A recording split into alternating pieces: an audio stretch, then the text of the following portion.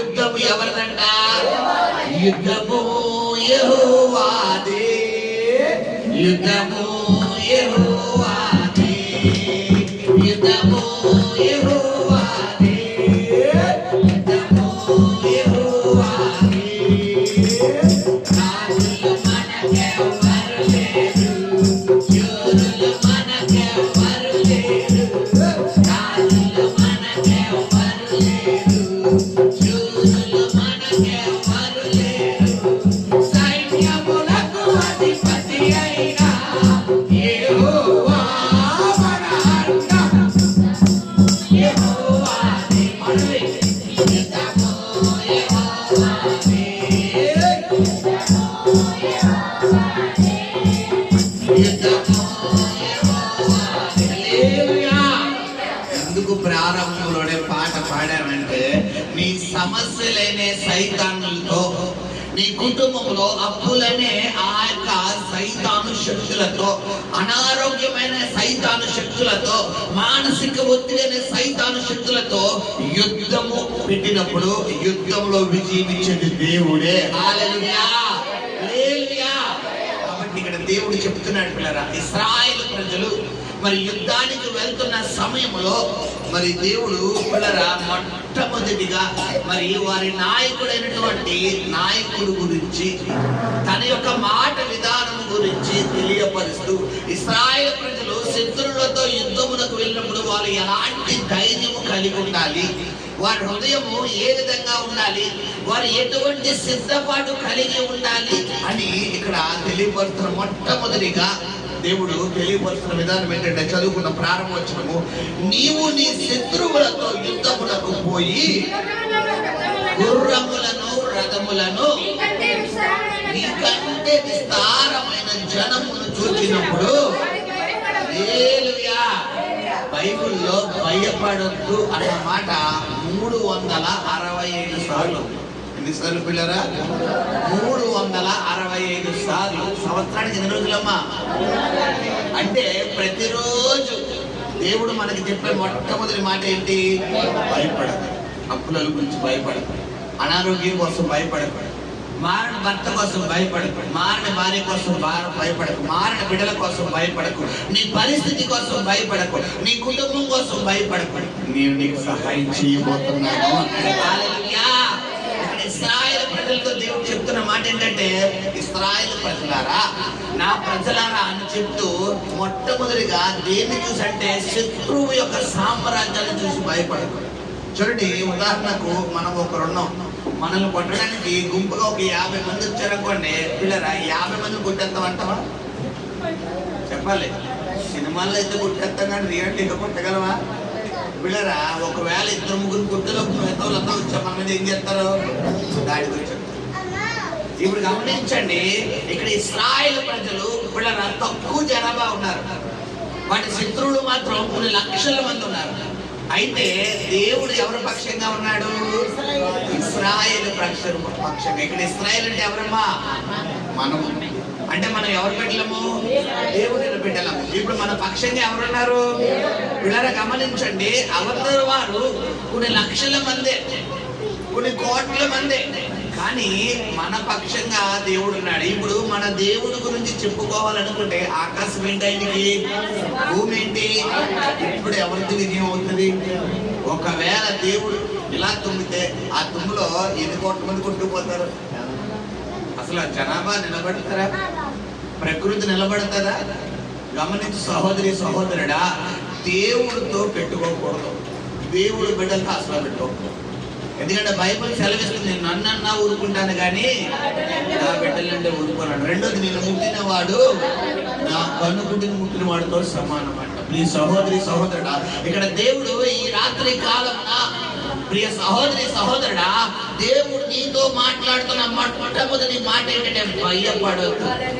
నీ సమస్యల కోసం భయపడకు, నీ కష్టం కోసం భయపడకు, నీ అప్పుల కోసం భయపడకు, నీ మారని పరిస్థితుల కోసం భయపడకు. ఎందుకు భయపడద్దు అంటాడంటే, మీ శత్రువులతో యుద్ధము చేసేది నువ్వు కాదు, నేను బయలుదేరి వెళ్ళబోతున్నాను అంటాడు. హల్లెలూయా, హల్లెలూయా. ఎలా వెళ్తారండి, అసలు దేవుడు ఎలా వెళ్తాడండి, అసలు ఎలా వెళ్తాడండి అని ఒకవేళ ఆలోచన ఉంటే ఇక్కడ దేవుడు మాట్లాడుతున్నాడు. చదవండి, నీ శత్రువులతో యుద్ధములకు పోయినప్పుడు గుర్రములను, అంటే గమనించిన పిల్లరా, శత్రువు యొక్క బలం ఏంటి? గుర్రాలు. ఆ రోజుల్లో పిల్లరా ఎవరి దగ్గర ఎక్కువ మరి గుర్రాలు ఉంటాయో వారిదే విజయం. ఎందుకంటే గుర్రములతో యుద్ధములకు వెళ్ళేటటువంటి ప్రతి ఒక్క వ్యక్తి పిల్లరా విజయం పొందుతాడు. మరి గుర్రపు స్వారీ అనేది అందరికి వస్తుందా, కొంతమందికి వస్తుందా? కొంతమందికి. మరి గమనించండి, యుద్ధము పిల్లరా ఆ వాసన వినగానే ఈ గుర్రం ఎలా పరిగెడతంట? చాలా వేగంగా పరిగెడతాడు. ఆ యుద్ధము, ఆ యొక్క పరివారము, ఆ వాతావరణము పిల్లరా, ఆ యుద్ధము యొక్క వాతావరణం ఈ గుర్రములకు పిల్లరా కంటి పడగానే దాని వాసన, అది ఆ ప్రోగ్రెస్ అది పీల్చగానే పిల్లరా శత్రువు మీదకి ఏకదండి వెళ్ళిపోయి దాదాపు దేన్ని కూడా లెక్క చేయదు, మరణాన్ని కూడా లెక్క చేయదు. యుద్ధం అంటే గుర్రానికి అంత ప్రీతి. అయితే అలాంటి గుర్రాలు వచ్చినప్పుడు కూడా నువ్వేమవకూడదంట, భయపడద్దు. మొట్టమొదటిగా చెప్తాను, ఒక్కొక్క దానికి ఒక్కొక్క వివరణ ఉంది. రెండవది పిల్లరా, తర్వాత ఏంటంట రథములు. అంటే ఇది శత్రువు యొక్క బాహుబలం, అంటే ఆస్తులు. రథాలు అందరికీ ఉంటాయా పిల్లరా? గుర్రాలు అందరికీ ఉంటాయా? రథాలు అందరికీ ఉంటాయా? అందరికీ ఉండవు. దీన్ని చూసి కూడా భయపడదు. తర్వాత మీకంటే విస్తారమైన జనమును చూసినప్పుడు మీరు భయపడొద్దు అంటాడు. హల్లెలూయా. సో ఇక్కడ గమనించు సహోదరి సహోదరుడా, నీ జీవితంలో నీ సమస్య నీకంటే గొప్పదైనా కానీ, నీ కష్టము నీకంటే గొప్పదైనా కానీ, నీ అప్పు నీ ఆదాయం కంటే గొప్పదైనా కానీ, నీ యొక్క శ్రమ నీ ఇంటిలో నీకంటే గొప్పదైనా కానీ, దేనికన్నా గొప్పది కాదు, దేవుని కన్నా గొప్పది కాదు. హల్లెలూయా. అదే కీర్తన 91 మొదటి వచనంలో మహోన్నతుని చాటున నివసించు వాడే. నువ్వు దేవుని చాటున నివసించావనుకో, ఇప్పుడు ఎవరి నీడ నీ మీద ఉంటది? దేవుని నీడ నీ మీద ఉంటది. హల్లెలూయా. కాబట్టి ఇప్పుడు సహోదరి సహోదరుడా, దేవుని చాటున నివసించడానికే మనం ఇష్టపడాలి తప్ప ఎవరి చాటున ఉండకూడదంటే లోకము చాటున ఉండకూడదు. చాలా మంది పిల్లరా డబ్బులు వస్తాయి అని తప్పుడు పనులు చేసేవాళ్ళు కొంతమంది, డబ్బులు వస్తాయని అపవిత్రంగా జీవించే వాళ్ళు కొంతమంది, డబ్బులు వస్తాయని వారి దేహాన్ని అపవిత్రపరచుకునే వాళ్ళు కొంతమంది, డబ్బులు వస్తాయని అబద్ధాలు ఆడేవాళ్ళు కొంతమంది, డబ్బులు వస్తాయని అతిక్రమాలు చేసేవాళ్ళు కొంతమంది, డబ్బులు వస్తాయని అన్యాయం చేసేవాళ్ళు కొంతమంది. ఇప్పుడు ఇలాంటి వాళ్ళ పక్షంగా దేవుడు ఉంటాడా? చెప్పాలి, ఉండడు. దేవుడు నీ పక్షంగా ఉండాలంటే గమనించిన దేవుడు లేకపోతే నీలో ఒంటరైన వాడు 1000 మంది అగును, ఎన్నిక లేని వాడు బలమైన జనమగును అంటున్నాడు. హల్లెలూయా. ఒకవేళ ఈ స్థలానికి నువ్వు ఒంటరిగా, యేసయ్యా నేను ఒంటరి దాన్ని, యేసయ్యా నేను ఒంటరి వాడిను, నాకు వెనకాల ఎవరు సపోర్ట్ లేరయ్యా, నేను ఒక్కడే పోరాడుతున్నాను, నాకు ఎవరు సపోర్ట్ లేరయ్యా, ఒకవేళ ఈ రాత్రి కాలం ఈ స్థలానికి వస్తే నా ప్రభు నీతో మాట్లాడతాడు. భయపడకు, నేను నీకు తోడుగా ఉన్నాను అంటాడు. హల్లెలూయా. నీలో ఒంటరి ఫీల్ అవుతున్నావా? భయపడక, నీ పక్షంగా నేను యుద్ధం చేయబోతున్నాను, నీ సమస్యలతో నేను పోరాడబోతున్నాను, నీ కష్టాలతో నేను పోరాడబోతున్నాను, నీ నిందలతో నేను పోరాడబోతున్నాను. హల్లెలూయా. హల్లెలూయా. ఎన్నిక లేని వాడంట బలమైనట్టి జనము. చూడండి ఈ లోకంలో మరి జనము ఇప్పుడు సొసైటీ ఎవరికి వేడెత్తో తెలుసా? సమాజము బాగా డబ్బున్న వాళ్ళు, మంచి బట్టలు, ఇస్త్రీ బట్టలు, ఇప్పుడు లినిన్ కార్డు, లేదంటే పట్టు వస్త్రాలు, మంచి బట్టలు కట్టుకున్న వాళ్ళకి, లేదంటే కార్లు దిగిన వాళ్ళకి ఏం చేస్తారు? చాలా ఈ లోకం చాలా విలువిస్తారు, వెయిట్ ఇస్తారు. ఏమాత్రం రిక్షాలో వెళ్ళినా కానీ, నడుచుకుంటూ వెళ్ళినా కానీ, అరిగిపోయిన చెప్పులతో వెళ్ళినా కానీ, చిరిగిపోయిన బట్టలతో వెళ్ళినా కానీ ఎవరైనా మనం గౌరవిస్తారంటే ఎవరు గౌరవించు. ఇప్పుడు యేసయ్యకి అలా కావాలా ఎలా కావాలా చెప్పాలి. ఇప్పుడు మనుషులు పిల్లరా ఒకవేళ నిన్ను తృణీకరిస్తే యేసయ్య నిన్ను సెలెక్ట్ చేస్తాడు. హల్లెలూయా. లోకం రిజెక్షన్, యేసయ్య సెలెక్షన్. లోకం రిజెక్షన్, యేసయ్య సెలెక్షన్. లోకం రిజెక్షన్, యేసయ్య సెలెక్షన్. లోకం రిజెక్షన్. హల్లెలూయా. రిజెక్షన్ అంటే తోసేయడం. చాలా మంది పిల్లల్ని తల్లిదండ్రులు చిన్నప్పటి నుంచి చాలా అల్లారంగా పెంచుతారు. పిల్లరా ఒకనొక సమయం ఒక వయసు వచ్చిన తర్వాత కొంతమంది యవ్వన కాలంలోకి వచ్చిన తర్వాత ఎవరి మాట తృణీకరిస్తారు? తల్లిదండ్రుల మాట. కొంతమంది వివాహం అయిన తర్వాత ఎవరి మాట తృణీకరిస్తారు? తల్లిదండ్రుల మాట. ఒకవేళ అలాంటి సందర్భంలో ఇక్కడికి వస్తే గనక లోకం హృదయం అంటే లోకం దూషిస్తే భయపడకూడదు. యేసయ్యని సెలెక్ట్ చేసుకోబోతున్నాడు. హల్లెలూయా. బలహీనులకు లోకం రిజెక్షన్, బలహీనులకు లోకం రిజెక్షన్, బలమించుటకు యేసయ్య సెలక్షన్, బలమించుటకు యేసయ్య సెలక్షన్,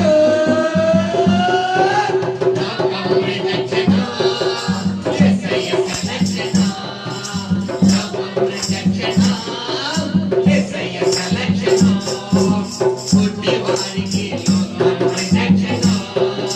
హల్లెలూయా. పుట్టి వారికి లోకం రిజెక్షన్, చూపించుటకు యేసయ్య సెలక్షన్, చూపించుటకు యేసయ్య సెలక్షన్, లోకం రిజెక్షన్, యేసయ్య సెలక్షన్. హల్లెలూయా.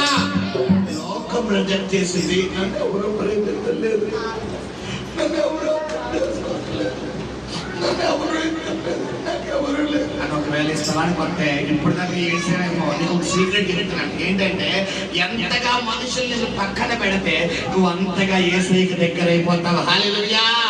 హల్లెలూయా. రహస్యం తెలుసుకో. ఎందుకంటే కొన్ని సందర్భాల్లో మన జీవితంలోకి యేసయ్య రావాలి అంటే మనం ఇష్టమైన వాళ్ళు ఏం చేయాలి? సైడ్ అయిపోవాలి. సైడ్ అయిపోతే అప్పుడు మన దృష్టి ఎవరి మీద ఉంటుంది? యేసయ్య మీద. అలా కాకుండా నా బిడ్డలో నా భర్త, నా భార్య, నా బిడ్డలో అమ్మో అమ్మో అన్నావు అనుకో, ఇప్పుడు యేసయ్య వస్తాడా? వస్తాడా? ప్రార్థన గుర్తుకొస్తుందా? వాక్యం గుర్తుకొస్తుందా? యేసయ్య గుర్తుకొస్తాడా? రాడు. ఇప్పుడు ఏమాత్రం ఆయన రావడం కోసం ఏం చేస్తాడో వీళ్ళ హృదయాన్ని కట్టిన పరుస్తాడు. డాడీ లేడు, అమ్మదు, డాడీ నా భార్య భర్త లేదు, ఎవరు లేదు, నాకు యేసయ్య అనే రేంజ్కి రావాలని నేను హృదయం ఏం చేయాలైనా కఠిన పరచాలి. హల్లెలూయా. కాబట్టి లోకం నిన్ను తోసేస్తుంది, లోకం నిన్ను తృణీకరిస్తుంది, లోకం నిన్ను రిజెక్ట్ చేస్తున్నప్పుడు నువ్వు ఏమవ్వాలి? బాధపడకూడదు. హల్లెలూయా. హల్లెలూయా. హల్లెలూయా. పిల్లరా, ఈ రాత్రికాలం ప్రభు చెప్తున్న మాట ఏంటంటే మొట్టమొదటిగా నువ్వు భయపడవద్దు. నీ సమస్యల కోసం నువ్వు భయపడకూడదు. ఏ సమస్యతో అయితే స్థలానికి వచ్చావో ప్రభు నీతో మాట్లాడుతున్న మొట్టమొదటి మాట భయపడకూడదు. రెండవదిగా నీ పక్షంగా ఎవరు బయలుదేరబోతున్నాడు? నీ దేవుడిని యెహోవా బయలుదేరబోతున్నాడు. హల్లెలూయా. హల్లెలూయా. గమనించండి.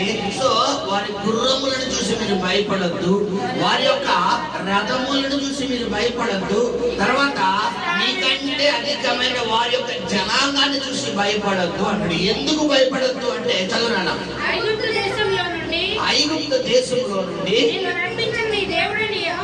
మిమ్మును రప్పించిన మీ దేవుడని యెహోవా మీకు తోడై ఉండెను. అంతేకాదు ఓకే, యాజకుడు దగ్గరకు వచ్చి హల్లెలూయా. యాజకుడు అంటే ఎవరమ్మా? సేవకుడు. నీవు యుద్ధము అంటే ఏంటి? నీ భూమి అంటే ఈ యొక్క లోకంలో నువ్వు శ్రమల గుండా వెళ్తున్నప్పుడు, కష్టాల గుండా వెళ్తున్నప్పుడు, ఇబ్బందులు కొలిమకుండా వెళ్తున్నప్పుడు నీవు ఒక్కడవే పోరాడగలవా అంటే పోరాడలేవు. నీకు ఎవరి సపోర్ట్ కూడా ఉండాలి? యాజకుడు సపోర్ట్ కూడా ఉండాలి. అక్కడ మీరు యాజకుడి దగ్గరికి వెళ్ళండి అంటే, ఎందుకు యాజకుడి దగ్గరికి వెళ్ళాలంటే, యాజకుడు దేని ద్వారా నేను బయలుపడతానంటే 6 రకాల ఆయుధాలు ఉంటాయి యాజకుడు నేను బలపరచడానికి. ఏంటంటే ఎత్తేసి 6 చదువుకుంటే వాక్యం అనే ఖడ్గము, విశ్వాసం అనే డాలు, రక్షణ అనే శిరస్త్రాణము, సమాధానం అనే చెప్పులు, సత్యం అనే దట్టి, నీతి అనే మహిమలు. ఈ 6 ఆయుధాలు యుద్ధ భూమిలో ఉన్నటువంటి ఒక సైనికుడిగా నిన్ను తయారు చేయడానికి యాజకుడు నీకు ట్రైనింగ్ ఇస్తాడు. ఈ ట్రైనింగ్ ఇచ్చినప్పుడు, ఈ వాక్యం అనే ఖడ్గమును ధరించినప్పుడు, విశ్వాసం అనే డాలును ధరించినప్పుడు, రక్షణ అనే శిరస్త్రాణం ధరించినప్పుడు, సత్యం అనే దట్టిని ధరించినప్పుడు, నీతి అనే మైమరుపులు జరిపించినప్పుడు, సమాధానం అనే చెప్పులు ధరించినప్పుడు, నీ ముందున్న ఏ సైతాను శక్తులైనా, ఏ దురాత్మ శక్తులైనా, ఏ అపవాది శక్తులైనా వాటి గురించి విజయం ఇచ్చేది ఎవరు? దేవుడే. హల్లెలూయా. ఈ యొక్క యుద్ధ కవచంలో, ఈ యుద్ధ భూమిలో నువ్వు ఈ 6 యుద్ధ కవచాల్లో ఏ ఒకటి నువ్వు ధరించకపోయినా నువ్వు సైతాన్ని జయించలేవు. గమనించండి, చాలా మంది పిల్లరా ప్రార్థన ఉంటది, వాక్యం ఉంటది, వాక్యం అనే ఖడ్గం ఉంటది, కానీ దారులు ఉండదు. ఇప్పుడు ఎదుటి వ్యక్తి కత్తి తీసుకుని వస్తున్నాడు, లేదనుకుంటే ఎదుటి వ్యక్తి బాణం ఇస్తున్నాడు. ఇప్పుడు ఆ బాణం నీ కత్తితో ఆ బాణం ఆపగలవా? ఏం చేయాలి? మీ దగ్గర ఏముండాలి? డాలు ఉండాలి. డాలు ఉంటే ఆ బాణం వచ్చి దేని కూర్చుకుంటామే? డాలు అంటే ఇప్పుడు సాతాను నీ మీదకి అగ్ని బాణాలు వేస్తాడు. అగ్ని బాణాలు అంటే శ్రమణ అగ్ని బాణం, మానసిక ఒత్తిడిని అగ్నిబాణం, కుటుంబ సమస్యలని అగ్నిబాణం, ఆర్థిక సమస్యలని అగ్నిబాణం, అల్లకల్లోని అగ్నిబాణం, బిడ్డలని అగ్నిబాణం, భర్తని అగ్నిబాణం, బిడ్డలని అగ్నిబాణం, కుటుంబ సమస్యలు, బంధువులని అగ్నిబాణం. ఈ అగ్నిబాణం మన విశ్వాసం గుండెల మీద ఎత్తాడు. ఇలా గుండెల మీద ఎత్తినప్పుడు మనం ఏ డాలు వచ్చి పెట్టాలంటే అడ్డు పెట్టాలంట, విశ్వాసం అనే డాలు అడ్డు పెడితే ఇప్పుడు ఈ బాణం దేని గుచ్చుకుంటది? డాలు గుచ్చుకుంటే తప్ప ఎవరు గుచ్చుకోదు, మనం గుచ్చుకోదు. చాలా మంది ఏమైపోతారు? విశ్వాసంలో బలహీనం అయిపోతారు. చిన్న శోధన వచ్చిందనుకోండి, చూడాయన ప్రభువా ఒక్కసారి చూడాయన. ఇప్పుడు బైబిల్ ఏం చెప్తుంది? 1 Peter 4:5 మనం చదువుకుంటే, అగ్ని వంటి మహాశ్రమలు మీకు కలిగినప్పుడు ఏదో ఒకటి జరిగినట్టు మీరు ఏం పోకూడదంట, ఆశ్చర్యపోకండి. నీ జీవితంలో కొన్ని శ్రమల గుండా దేవుడు నడిపిస్తున్నప్పుడు, కొన్ని ఇబ్బందుల కొలిమి గుండా నడిపిస్తున్నప్పుడు, కొన్ని వ్యతిరేకతల గుండా దేవుడు నడిపిస్తున్నప్పుడు, నా జీవితంలో ఏదో ఒక గొప్ప వింత జరిగిందని నేను ఏమవుతుందంట, ఆశ్చర్యపడకండి. ఎందుకంటే దేవుడు వాక్యం ద్వారా మాట్లాడుతున్నట్టు, శోధించబడిన మిమ్మల్ని దేవుడు ఎలా మారుతాడంట, సువర్ణంగా మారుస్తాడు. హల్లెలూయా. బైబిల్లో శ్రమలు పొందిన ఏ వ్యక్తి కూడా సాధారణంగా ఆశీర్వదించబడలేదు. ఆది కాండం దగ్గర నుండి ప్రకటన గ్రంథం వరకు మనం చూస్తే, శోధించబడిన, శ్రమల కొలిమిలో నట్టబడిన, ఇబ్బందుల కొలిమిలో నట్టబడిన ప్రతి ఒక్క వ్యక్తిని కూడా నా దేవుడు 100 ఆశీర్వదించాడు. హల్లెలూయా. ఎంతకైతే శ్రమల, ఇబ్బందుల్లో, మానసిక ఒత్తిడితో రాత్రి నిద్ర పట్టక, సరైన ఆహారం లేక, ఏంటి ప్రభువా నా జీవితం, ఏంటి ప్రభువా నా బ్రతుకు, ఏంటి ప్రభువా నా కుటుంబం, నాకు ఏం అర్థం కావట్లేదు, అసలు చావు రేపు నాకు అర్థం కావట్లేదు. ఒకవేళ ఇటువంటి స్థలానికి, ఈ ప్రాబ్లం స్థలానికి వస్తే ప్రభు రాత్రికాలం మీతో మాట్లాడుతున్నాడు. బిడ్డ, ఏంటంటే నీ జీవితంలో దేవుడు అద్భుతం చేయబోతున్నాడు. ఏ శోధన గుండా అయితే వెళ్తున్నావో, ఏ మానసిక ఒత్తిడి గుండా అయితే వెళ్తున్నావో, ఏ పోరాటం గుండా అయితే వెళ్తున్నావో, ప్రభు చెప్తున్నాడు నీ దుఃఖ దినాలు అతి త్వరలో సమాప్తం అవబోతున్నాయి. అనేకులకు వెలుగుగా దేవుడు నీ జీవితాన్ని తయారు చేయబోతున్నాడు. హల్లెలూయా. గమనించండి పిల్లరా, కొన్ని శ్రమల గుండా దేవుడు నడిపిస్తున్నాడు అంటే నీ జీవితంలో ఒక ప్రత్యేకత ఇవ్వాలనే ఉద్దేశమే. ఒక ప్రత్యేకమైన కార్యము దేవుడు చేయదలిచి ఉంటేనే తప్ప ఎవరిగా శ్రమ అనుభవించడు. మనకు అనుభవించు. మీకు ఎగ్జాంపుల్ చెప్తాను పిల్లరా. యెషీకి ఎంతమంది కుమారులు? 7 కుమారులు. యాకోబు కాదు, ఎంత యెషీకి ఎంతమంది కుమారులు? 7 కుమారులు. కడసారి వాడు ఎవరు? దావీదు. ఇప్పుడు కడసారి వాడైనటువంటి దావీదుకి శ్రమలు వచ్చినాయా పిల్లరా? మొట్టమొదటి ప్రథమ సంతాన శ్రమలు వచ్చినాయా? చెప్పాలి. కడసారి వాడి. ఇప్పుడు గమనించండి పిల్లరా, మరి ఆ 6 గురించి స్టోరీ ఉందా, శ్రమలు వచ్చిన గురించి స్టోరీ ఉందా? ఓకే. యాకోబుకి ఎంతమంది సంతానం? 12 మంది, 12 గోత్రాలు. ఇప్పుడు 12 గోత్రాల్లో 11 మందికి శ్రమలు వచ్చినాయా, ఒకరికి శ్రమలు వచ్చినాయా? ఒక్కడి పొజిషన్ హై లెవెల్లోకి వెళ్ళిపోయిందా, 11 పొజిషన్ హై లెవెల్లోకి వెళ్ళిపోయిందా? హల్లెలూయా. యేసు ప్రభు వారి 12 మంది శిష్యుల్లో పిల్లరా బొంకిన వ్యక్తి, అబద్ధమాడిన వ్యక్తి, తొందరపాటు కలిగిన వ్యక్తి, పిల్లరా త్వరగా పాపంలో పడిపోయిన వ్యక్తి, యేసుతో ఉంటూ, యేసుతో తింటూ, యేసుతో పడుకున్నటువంటి వ్యక్తి, ఒకానొక సమయంలో యేసు ఎవరో తెలియదన్న వ్యక్తి సైతము పశ్చాత్తాపడగా ఆ శ్రమలన్నింటిలో నలగొట్టబడిన వ్యక్తి ఒక రోజు వచ్చింది. ఎక్కడ నిలబెడుతున్నాడు? ఉదయకాలం వాక్యం చదువుకుంటే శతాధిపతి అంటే ఒక అధికారులు సైతం వ్యక్తికి ఏం చేస్తున్నాడు? సాష్టాంగ నమస్కారం చేస్తున్నాడు. హల్లెలూయా. దీన్ని బట్టి ఏమవ్వాలి? ఏ బంధువుల దగ్గర అయితే నువ్వు అవమానం పొందావో, ఏ రక్త సంబంధం దగ్గర అయితే నువ్వు అవమానం పొందావో, ఎవరి ముందైతే నువ్వు తల దించుకున్నావో, నా దేవుడు నీతో చెప్తున్నాడు, వారి దగ్గర నీకు విందు భోజనం పెట్టబోతున్నాడు. నీ శత్రువులు ఎదురు విందు భోజనం పెట్టబోతున్నాడు. ఎక్కడైతే అవమానించబడ్డావో అక్కడ దేవుడిని కనపరచబోతున్నాడు. హల్లెలూయా. ఎవరైతే నువ్వు నాకు వద్దు, నువ్వు లేవకపోయినా నాకొద్దు, నువ్వు అంటే ఇష్టం లేదన్నారు. ఆ వ్యక్తులే నువ్వే కావాలి, నువ్వు లేకపోతే నేను ఉండలేను అనే రేంజ్ దేవుడు తీసుకురాబోతున్నాడు. హల్లెలూయా.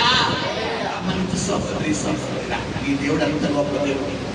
ఇక్కడ ఇశ్రాయేలు ప్రజలు పిల్లరా యుద్ధానికి బయలుదేరి వెళ్దాము అనుకుంటే వారికి ఏం సరిపోవట్లేదంట, ధైర్యం సరిపోవట్లేదు. చాలా మంది ఏం కోల్పోతారు పిల్లలు వారి జీవిత విధానంలో, ధైర్యం కోల్పోతారు. చాలా మందికి ఏముండదంటే ధైర్యం ఉండదు పిల్లరా. జీవిత విధానంలో ఆ సమస్యల వైపే మీరు దృష్టి ఏకాగ్రతమై ఉంటారు తప్ప దేని మీద మీరు దృష్టి ఉండదు పిల్లరా. దేవుడి మీద బైబిల్ చెప్తుంది, నీకు ఆవగింజంత విశ్వాసం ఉంటే ఆ కొండను వెళ్ళి ఎందులో పడమనాలంట, సముద్రంలో పడమని చెప్పాలంటే ఊరుకోండి మాస్టర్ గారు కొండ ఎందుకు వెళ్తారండి, మా పిచ్చలకి ఎవరులేరండి అంటే, అమ్మా కొండ గురించి నాదే చెప్పింది, నీ విశ్వాసం గురించి. నీ సమస్య కొండ, నీ విశ్వాసం ఆవగింజంత విశ్వాసం ఉంటేనే కొండ వెళ్ళి సముద్రంలో పడదని యేసు ప్రభువు వారు చెప్తుంటే, ఇక్కడ మాకు ఆవగింజ కన్నా పెద్ద విశ్వాసం, పుచ్చకాయ అంత విశ్వాసం ఉన్న వాళ్ళు ఎవరు ఉన్నారమ్మా? ఏం లేదా? పుచ్చకాయ విశ్వాసం లేదా? పోనీ యాపిల్స్కాయ విశ్వాసం ఉందమ్మా? చెప్పాలి పిల్లరా. తర్బూజ విశ్వాసం ఉందా? కోడిగుడ్డు విశ్వాసం ఉందా?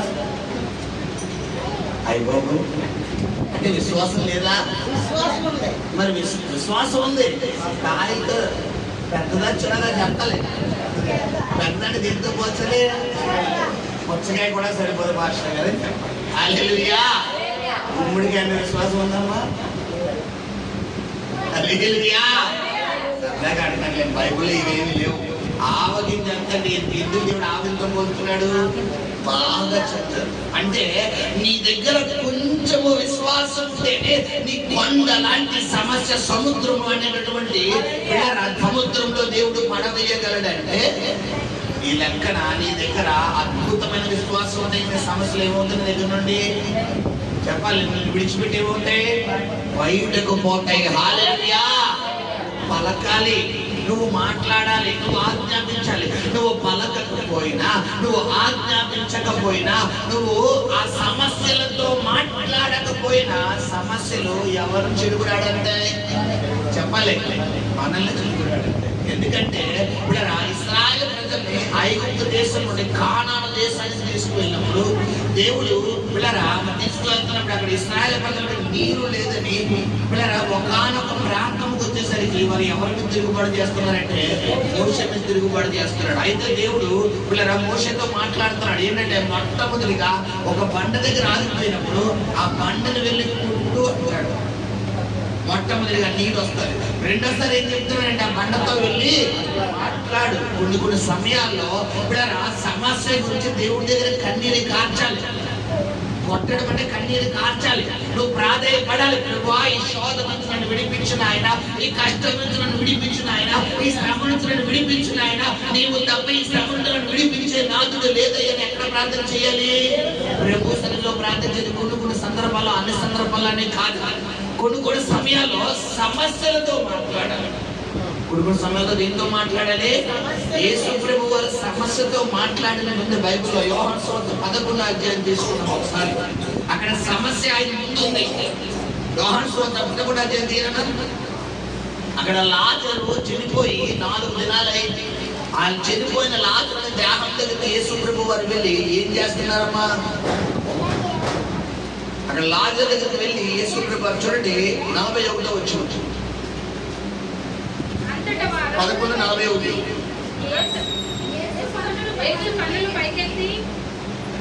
40వ వచనము. అంతటా ఆ రాయి తీసివేసి యేసు కన్నులు పైకెత్తి, తండ్రి, నీవు నా మనవి వినినందున నీకు కృతజ్ఞతాస్తుతులు చెల్లించుచున్నాను. నువ్వు ఎల్లప్పుడూ నా మనవి వినుచున్నావని నేను ఎరుగుదును కానీ ఓకే ఈ జన సమూహమునందు ఓకే వారి నిమిత్తమై ఈ మాట చెప్పి చెప్పిన నేను, ఆయన అలాగున చెప్పి, ఇప్పుడు శ్రద్ధగా ఆలకించండి, అలాగున చెప్పి లాజరు బయటికి రమ్మని బిగ్గరగా అంటే ఏంటమ్మా, గట్టిగా అంటే నీ సమస్యతో నువ్వు ఎలా చెప్పాలి, లాజరు ఎలా బయటికి. ఇది అక్కడ లాజరు ఎలా ఉన్నాడు, బతుకున్నాడమ్మా. ఇప్పుడు మన డ్రెస్ అనుకోండి వచ్చేద్దాం. ఇప్పుడు బయట ఎవరైనా ఇదైపోయారు అనుకోండి పిల్లరా, ఆ దగ్గరికి వెళ్ళి రావయ్యా అంటే ఎలా చుట్టాం అందరూ చూస్తాడా, పాస్టర్ లభిస్తున్నారు అని చెప్తారు. ఇప్పుడు గమనించండి, లాజరు చనిపోయి ఎడుకోండి, ఏమన్నా అప్పటికప్పుడు చనిపోయాడా, 2 రోజులు అయింది. పైగా లాజరుని ఏం చేశారు, దేవుడు ఏం చేస్తాడు అక్కడ, ఆ రాయి తొలగించి చేస్తాడు. ఎందుకంటే యూదులలో ఒక ఆచారం ఉంది, మనకలా సమాధి చేయరు, పోయి తీసి కప్పిస్తాం. యూదుల ఆచారం ఏంటంటే అక్కడ పర్వతాలు కొండలు ఉన్నాయి కదా, ఆ కొండల్లో పిల్లరా మరి కొన్ని స్వరంగాలు ఉంటాయి కదా. ఎవరైతే చనిపోతారో ఆ చనిపోయిన భక్తులు ఎందులో దాస్తారంట, ఈ యొక్క శిరస్సు దగ్గర నుంచి అరిపాదం వరకు పిల్లరా ఒక క్లాత్ చుడతారు. ఒక మమ్మీస్ మనం చూద్దాం, చూడండి మనం మమ్మీస్ గతంలో చూసాం కదా, ఈజిప్ట్ దేశంలో, ఐగుప్తు దేశంలో. మరి ఇక్కడ నుండి అది తన శిరస్సు దగ్గర నుండి అరిపాదం వరకు క్లాత్ చుడతారంట. ఆ క్లాత్ మొత్తం బాడీ అంతా చుట్టేసి ఆ వ్యక్తిని తీసుకెళ్ళి ఎక్కడ పెడతారో ఆ గృహలో పెడతారు, ఒక రాయి పెడేస్తారు. యేసు ప్రభు వారు కూడా ఎక్కడ రాశారు, అలాగే గమనించండి. మరి అలాగే ఈ లాజరును ఆ సమాధిలో పెట్టిన తర్వాత ఇప్పుడు ఏం జరుగుతుందంటే గమనించండి పిల్లరా, పెట్టిన తర్వాత ఏం జరిగింది అక్కడ చదువునా, ఆ సమాధి దగ్గరికి మరి వెంటనే యేసు ప్రభు వెళ్ళి ఏం చేస్తారంటే ఆ రాయిని దొర్లించండి అంటాడు. ఇప్పుడు రాయి అంటే నీ సమస్యలను ఏం చేస్తాడు, మొట్టమొదటిగా దొర్లిస్తాడు. హల్లెలూయా. దొర్లించే దేవుడే, చూస్తూ ఊరుకుండే దేవుడు కాదు. అయితే రాయి దొర్లించడానికి ఎన్ని రోజులు అయిపట్టిందమ్మా అక్కడ, దాదాపు లాజరు రోగి ఉన్నప్పుడు వచ్చి యేసు ప్రభు వరకు, అవునా కాదా, ఎప్పుడు వచ్చి యేసు ప్రభు వరకు మనం చూసుకుంటే చూడండి, మనం 3వ వచ్చి చదువునా, అతని అక్క చెల్లెళ్ళు ప్రభువా నీవు ప్రేమించువాడు రోగి అయి ఉన్నాడని అని అతని యొద్దకు వర్తమానము పంపాడు. అంటే చావు బతుకుల్లో ఉన్నప్పుడు వచ్చిన యేసుప్రభు వారి కౌరు, ఆయన వెళ్ళాడు, చనిపోయి సమాధి చేయబడిందని వెళ్ళాడు. ఒకవేళ పైగా అక్కడ ఏమనుంది, నీవు ప్రేమించేవాడు అని. అంటే ఇప్పుడు యేసు ప్రభు వారు ఉన్న బలంగా బయలుదేరిపోవాలా పిల్లలు గమనించండి, టైం తీసుకుని బయలుదేరాలా. మన ఇంట్లో వాళ్ళు ఎవరైనా వృద్ధులు, బాగా వృద్ధులు, పండు వృద్ధాప్యంలో ఉన్న వ్యక్తులు ఎవరైనా కాలం చేయబోతున్నారు అనుకునే సమయంలో మన కౌరులు వస్తాయి, అమ్మ చెట్టు చివరి చూపు, అమ్మ లాస్ట్ చూపులో ఉంది, ఇక వచ్చేది బయలుదేరిపోండి అంటే ఉన్న పళ్ళకి ఏం చేస్తాం, అయ్యో బట్టలు ఎట్టానండి, అయ్యో అనుకున్నాయండి, అయ్యో ఇప్పుడే బయలుదేరినామండి, అయ్యో అలా కాదండి అంటామా. ఉన్న పళ్ళకి ఏం చేద్దాం, బస్సు ఎక్కేసి పెట్టి సర్టిఫికేట్ ఎక్కడికి వెళ్ళిపోతాం, బస్సు ఎక్కేసి వెళ్ళిపోతాం. ఇప్పుడు యేసు ప్రభు కూడా ఎక్కడికి వెళ్ళిపోవాలి, ఎందుకంటే సమాధికి వెళ్ళిపోవాలి, అదొక చూడడానికి వెళ్ళాలి. సో గమనించండి, వెళ్ళాడైనా ఎందుకు, ఎప్పుడు వెళ్ళాలి ఎవరికి తెలుసు, ఆయనకి తెలుసు. హల్లెలూయా. ఈ సమస్యనే బండని ఎప్పుడు దొర్లించాలో ఆయనకి తెలుసు. అప్పటిదాకా నువ్వు ఎలా ఉండాలంటే అలా ఉండాలి. అలా కాకుండా ప్రభువా తీసేనా, ప్రభువా తీసేనా, ప్రభువా తీసేనా వెళ్ళదే, అది అలాగే ఉండాలి. ఎందుకంటే ఆ సమస్య ద్వారా దేవుడు నీకు ఒక పాఠం చెప్పడం అనేది ఆయన చిత్తము. హల్లెలూయా. యోసేపు జీవితంలో 17వ సంవత్సరంలో అతని శ్రమలు అనుభవిస్తే దాదాపు 29వ సంవత్సరం వరకు, అంటే 13 సంవత్సరాలు, 30వ సంవత్సరం వరకు శ్రమలు అనిపిస్తూనే ఉన్నాడు. దాదాపు ఎన్ని సంవత్సరాలు శ్రమలు అనిపించాడు, 13 సంవత్సరాలు. ఈ 13 సంవత్సరాలు ఎవరు అనుభవం, యోసేపు అనుభవం. ఈ 13 సంవత్సరాలు యోసేపు కనుక అనుభవం లేకపోతే, యోసేపు పిల్లరా పుట్టి పుట్టగానే దేవుడు అతను రాజు చేసేస్తే అతను కాదలేకనేస్తాడు చెప్పాలి. కొంతమంది పిల్లరా కష్టపడి పైకి వచ్చిన వాళ్ళు ఉంటారు, కొంతమంది చిన్నప్పటి నుండి మంచిగా హై రేంజ్ ఉన్న వాళ్ళు ఉంటారు. ఇప్పుడు మంచిగా చిన్నప్పటి నుండి ఏసీ రూముల్లో బతుకుతూ, ఏసీ కార్లో తిరుగుతూ, ఏసీలో ఉన్న వ్యక్తులు తీసుకొచ్చి పిల్లరా ఒక ఊరు బంగ్లాలో ఉన్న ఒక ఊరి గుడిసి పెడితే ఒక క్షణం ఉండగలరాలో.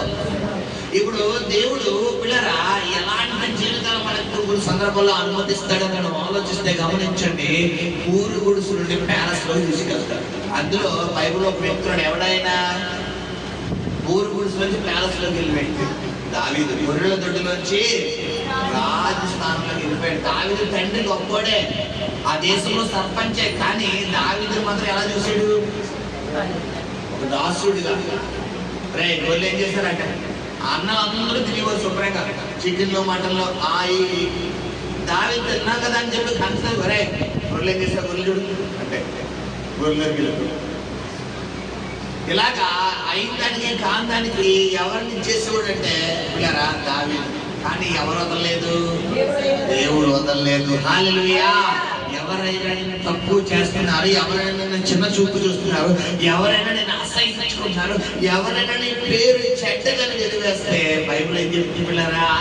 నీతో పాటు దేవుడు ఉన్నాడు అని అర్థం. హల్లెలూయా. హల్లెలూయా. గమనించండి, ఇక్కడ యొక్క లాజరు చనిపోయినప్పుడు ఇంకా కొన్ని రోజుల్లో చనిపోతున్నాడు అనగా, కొన్ని క్షణాల్లో చనిపోతున్నాడు అనగా వార్త వచ్చింది. యేసు ప్రభు ఏప్రిల్ 2 సమాధి చెయ్యబడి పిల్లరా ఆ రాయి దొర్లించడానికి వెళ్ళాడు. అంటే ఇక్కడ గమనించండి, లాజరు చనిపోవడం దేవుడి చిత్తమా కాదా? చెప్పాలి. ఎందుకు దేవుడి చిత్తము? అక్కడ యేసు ప్రభు అడుగుతున్నారు. ఇది మేలు కోసం వచ్చింది తప్ప చదువు నా మాటలు ఒకసారి. ఈ వ్యాధి మరణం కొరకు వచ్చినది కాదు, కానీ దేవుని కుమారుడు దాని వలన మహిమ పరచబడినట్లు వచ్చిందంట. హల్లెలూయా. ఇప్పుడు నీ కుటుంబంలోకి నీకు కొన్ని శ్రమలు వస్తున్నాయంటే ఎవరికి మహిమ తెచ్చుకోవడం కోసం? అది ఇప్పుడు దేవుడు మహిమ ఉండాలా, వెళ్ళిపోవాలా? ఉండాలంటే నువ్వు శ్రమలో అనుభవించాలా, వదిలేమని చెప్పాలా? నీకు శ్రమలాగే ఉంటాయి, దేవుడు కార్యాలు జరుగుతానే ఉంటాయి. అందుకని అపోస్తలుడైన పౌలు అంటాడు, ప్రభువా నాకు ఈ ముళ్ళు తీసేనాయన అంటే దేవుడు ఏమంటాడు? నిన్ను హెచ్చించక నిమిత్తము నీకు ఒక ముళ్ళు అంటాడు. చాలా మంది పిల్లరా అపోస్తలుడైన పౌలు గారికి కూడా ఏదో బలహీనత ఉంది, అందుకనే ముళ్ళని ఎట్టాడు అని చాలా మంది అనుకుంటే, మరి కొంతమంది చరిత్రకారులు చెప్పింది ఏంటంటే ఆ ముళ్ళు ఏంటంటే పిల్లరా మరి పౌలు గారు ప్రసంగం, పౌలు గారి కన్నా నిత్యం కంట్లోంచి వాటర్ వచ్చిందంట. మనము ఏడితే వాటర్ వచ్చినప్పుడు ఒక అర్థం ఉంటుంది, కానీ మనం ఎక్కడికి వెళ్ళినా కంట్లోంచి వాటర్ వస్తుంది అంటే చూసిన వాళ్ళు ఏమనుకుంటారు? ఏడుతున్నారేమో అనుకుంటారు. ఇప్పుడు పౌలు గారికి ఉన్నటువంటి బలహీనత ఏంటంటే ఈ కనులు 2 కనుగుడ్లు చేయవచ్చుదంట, వాటర్ వచ్చేదంట. అయితే పిల్లరా ఈ వాటర్ ఎప్పుడు అయ్యిందంటే ప్రసంగించినంతసేపు వాటర్ వచ్చింది కాదంట. వన్స్ ప్రసంగం అయిపోయి ఆమేన్ అన్నప్పుడు మళ్ళా స్టార్ట్ అయ్యిందంట. ఇప్పుడు పౌలు ఒక రోజు ప్రార్థన చేస్తాడు, ప్రభువా ఈ ముళ్ళు తీసేనాయన అని అంటే పౌలు ఏమన్నాడు? నా కృప నీకు చాలునయ్యా అన్నాడు. హల్లెలూయా. ఇప్పుడు దేవుడి కృప మనకి కావాలా, మన శ్రమ మనతో తొలగిపోవాలా? చెప్పాలి. హల్లెలూయా. నీ కృప నేనేమైనా, నీ కృప నాకేమున్నా, నీ కృప నీతో ఉన్నా, నీ కృప నేనేమైనా. ఆదరించు దైవం నీవే, ఇమ్మానుయేలు దేవా. ఆదరించు దైవం నీవే, ఇమ్మానుయేలు దేవా. ఆత్మాభిషేకం నింపుమా, ఆరాధించదమయ్యా, నీ సన్నిధి చేరదమయ్యా. ఆరాధించదమయ్యా, నీ సన్నిధి చేరదమయ్యా. నీ కృప నేనేమైనా, నీ కృప నేనున్నా. హల్లెలూయా. ఎవరి కృప మనకు ఉండాలంట? దేవుని కృప. దేవుని కృప నీకుంటే చాలు, నీ శ్రమలగా అనిపించవు అన్నాడు. హల్లెలూయా. అందుకని యేసయ్య ఒక సాంగ్ రాస్తున్నట్లుగా చిన్న సాంగ్ ఉన్నది. నీ కృప నిత్యముండును, నీ కృప నిత్య జీవము, నీ కృప వివరింప నా తరమా యేసయ్యా. నీ కృప నిత్యముండును, నీ కృప నిత్య జీవము, నీ కృప వివరింప నా తరమా యేసయ్యా. నీతిమంతుల గుడారాలలో వినబడుచున్నది రక్షణ సంగీత సునాదము. నీతిమంతుల గుడారాలలో వినబడుచున్నది రక్షణ సంగీత సునాదము. నీ కృప నిత్యముండును, నీ కృప నిత్య జీవము, నీ కృప నా తరమా యేసయ్యా. శృతి ఉన్న పాటలకు విలువలే ఉన్నట్టే కృతజ్ఞతనిచ్చావు, కృపలో నిలిపావు. శృతి ఉన్న పాటలకు విలువలే ఉన్నట్టే కృపలో నిలిపావు. కృంగిన వేళలో నన్ను లేవనెత్తిన చిరునామా నీవేగా. కృంగిన వేళలో నన్ను లేవనెత్తిన చిరునామా నీవే. అందరూ పాడతాం. నీ కృప నిత్యముండును. హల్లెలూయా. ఎవరికి నోరు తెచ్చుకోలేదమ్మా. పాడేసి పాడు రెండోసారి పాడతాను కూడా మీకు నోరు నిప్ప. అందరూ కలిసి పాడతారు. నీ కృప నిత్యముండును, నీ కృప నిత్య జీవము, నీ కృప వివరింప నా తరమా యేసయ్యా. హల్లెలూయా. అది దేవుని కృప ఉంటే చాలు నీకు. ఆయన కృప ఉందనుకో ఎలాంటి శ్రమలైనా ఆయనే జయించబోతున్నాడు. హల్లెలూయా. హల్లెలూయా. దేవుడే నీ పక్షంగా ఉండబోతున్నాడు. అందుకని ఎవరిని నమ్ముకున్నా పర్వాలేదు, నువ్వు మనుషులు నమ్ముకోకో, బంధువులు నమ్ముకోకు, స్నేహితులు నమ్ముకోకు, ఎవరిని నమ్ముకోకు. ఒక్క దేవుడి మీద నమ్మకం పెట్టుకో. ఆయన నీకు సహాయం చేయబోతున్నాడు. హల్లెలూయా. ఆయన నీ సమస్యలన్నింటిలోంచి నేను గట్టెక్కించబోతున్నాడు. హల్లెలూయా. హల్లెలూయా. గమనించండి, ఇశ్రాయేలు ప్రజలతో దేవుడు చెప్తున్న మాట ఏంటంటే, మీరు భయపడకండి, మీ శత్రువులను చూసి భయపడకండి, వారి రథములను చూసి భయపడకండి, వారి గుర్రములను చూసి భయపడకండి అని చెబుతూ తర్వాత మనం చదువునా ద్వితీయోపదేశకాండం 20వ అధ్యాయం. ఇశ్రాయేలీయులారా ఏంటమ్మా వినుడి, నేను మీ శత్రువులతో యుద్ధము చేయుటకు సమీపించుచున్నారు. మొట్టమొదటిగా భయపడద్దు అని చెప్తుంటే రెండవ మాట రాత్రి కాలం ప్రభు నీతో మాట్లాడుతున్న మాట. రెండవ మాట ఏంటి? మీ హృదయమును జంకనీయకండి. చూడండి, మీకు అర్థమై పాటలు వెళ్తున్నాము. చూడగలరా, ఎవరో మనం పండుగ వచ్చాడు, ఇప్పుడు కేకలు వేసేస్తున్నాడు, పెద్ద పెద్ద కేకలు, ఏం చేస్తారా? కొడతావా కొడతాము అన్నామనుకోండి. ఇప్పుడు అవతరుడు కొంతమంది కేకలు వేసే పెంచుకుంటారు పిల్లరా, కానీ లోపల ఏముండదు, మేట ఉండదు, కేకలు వేసేస్తారు. మేట ఉండదు, కొట్టలేడు. మనం గట్టిగా ఇలా అన్నామనుకోండి వెంటనే పారిపోయి. ఇప్పుడు కొంతమంది దేని పడి పోతారు,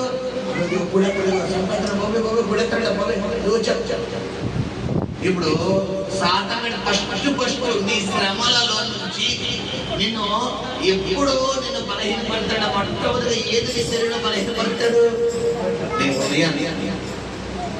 నీ శ్రమలకు నిన్ను అప్పగించాలి, నీ కష్టాలకు నిన్ను అప్పగించాలి, నీ యొక్క ప్రాబ్లమ్స్ దేవుడు సాతాను నిన్ను అప్పగించాలి అనుకున్నప్పుడు ముందు దేని టార్గెట్ చేస్తాడు సాతానుడంటే నీ హృదయాన్ని. కాబట్టి ఇక్కడ దేవుడు ఏం చెప్తున్నాడు?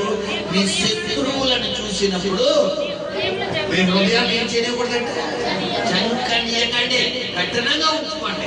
ఎందుకంటే నీ దేవుడు ఇప్పుడు దాకా నీ దేవుడు నీతో పోరాడలేదేమో, నీ శత్రువులతో పోరాడలేదేమో. అయితే నువ్వు దేవుడి మీద ఆధారపడ్డావు, దేవుడికి నీ సమస్యను చెప్పుకుంటున్నావు, దేవుడి సన్నిధిలో నువ్వు ప్రాధాన్యపడ్డావు. కాబట్టి నీ పక్షంగా దేవుడు బయలుదేరబోతున్నాడు అని మాట్లాడుతున్నాడు. హల్లెలూయా. గమనించండి, మొట్టమొదటిగా భయపడుతున్నాడు రాత్రి కాలంలో దేవుడు.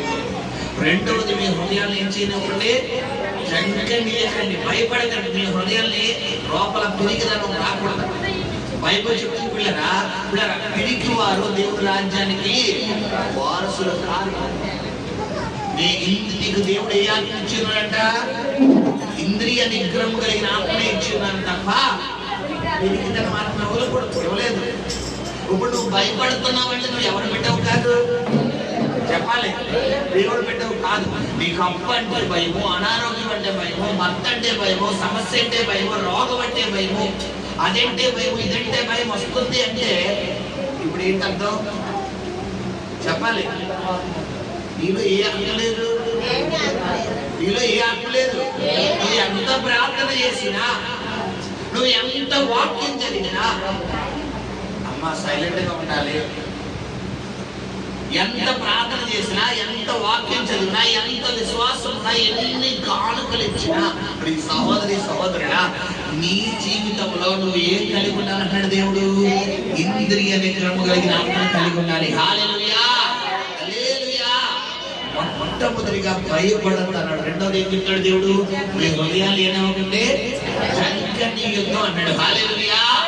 రెండవది. మూడోది ఏమిటిలారా? చదువురా మూడో మాట.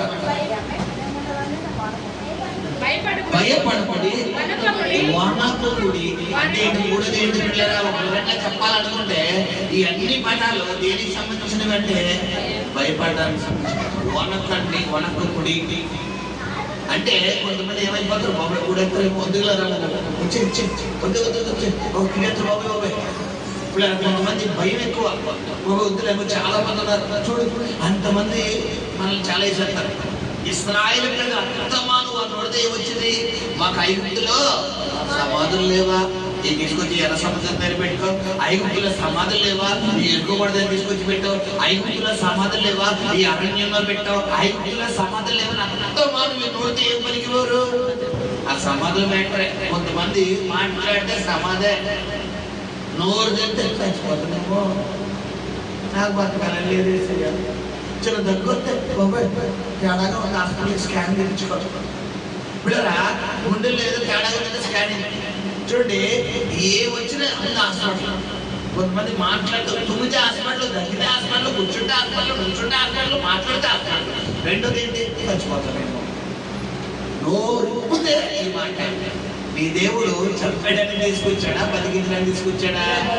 మరి బతికించడానికి తీసుకొచ్చిన దేవుడు ఇది చెప్పారు కదమ్మా.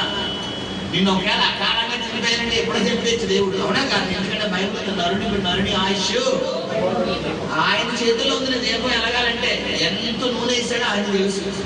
కాబట్టి ఇప్పుడు నువ్వు ఏమడకూడదు, నన్ను తీసుకెళ్తే అడగకూడదు. నీ టైం వచ్చినప్పుడు నువ్వు వద్దన్నా కూడా ఆయన తీసుకెళ్ళిపోతాడు, అవునా కాదా?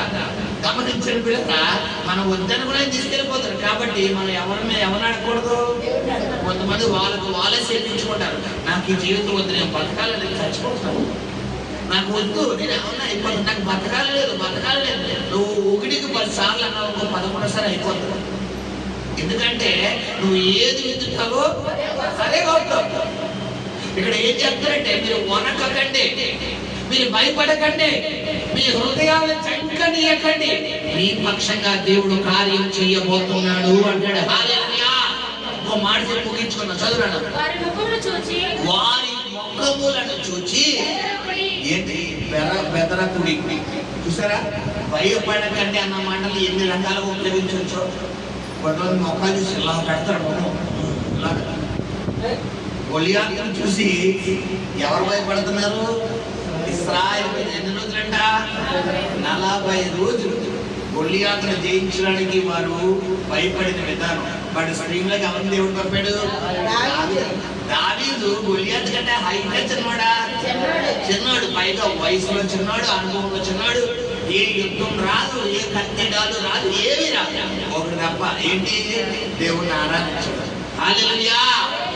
దేవుడు సన్నిధిలో మోకరించడం వస్తే లోకంలో ఉన్న సమస్యలన్నీ మీకు సెల్యూట్ చేసి వెళ్ళిపోవచ్చింది. హల్లెలూయా, హల్లెలూయా, హల్లెలూయా, హల్లెలూయా.